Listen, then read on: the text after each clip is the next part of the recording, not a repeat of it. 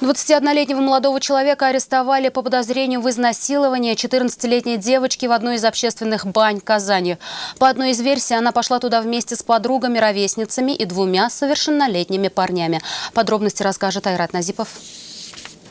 История уголовного дела берет свое начало с совместного похода компании молодых людей в баню. По одной из версий, всего было 5 человек. 2 парня и 3 несовершеннолетние девушки. При этом они были уже знакомы. Все произошло в общественной бане по улице 1 мая. По предварительной версии, в разгар веселья 14-летняя девочка и 21-летний парень остались наедине. Вскоре после этого произошел половой акт. По закону половое сношение и иные действия сексуального характера с лицом, не достигшим 16-летнего возраста, запрещены, даже при условии обоюдного согласия. Однако парень, по версии следствия, пошел еще дальше и вступил в половую близость с девочкой вопреки ее воле. Вскоре о произошедшем узнали родители ребенка. Они написали заявление в полицию. По данному факту следственными органами Следственного комитета Российской Федерации по Республике Татарстан возбуждено уголовное дело по статье «Изнасилование несовершеннолетней». В настоящее время следователям проводится комплекс необходимых следственных действий, направленных на установление всех обстоятельств произошедшего.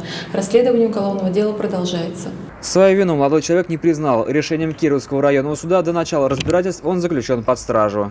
Айрат Назипов, Вадим Илларионов, вызов 112.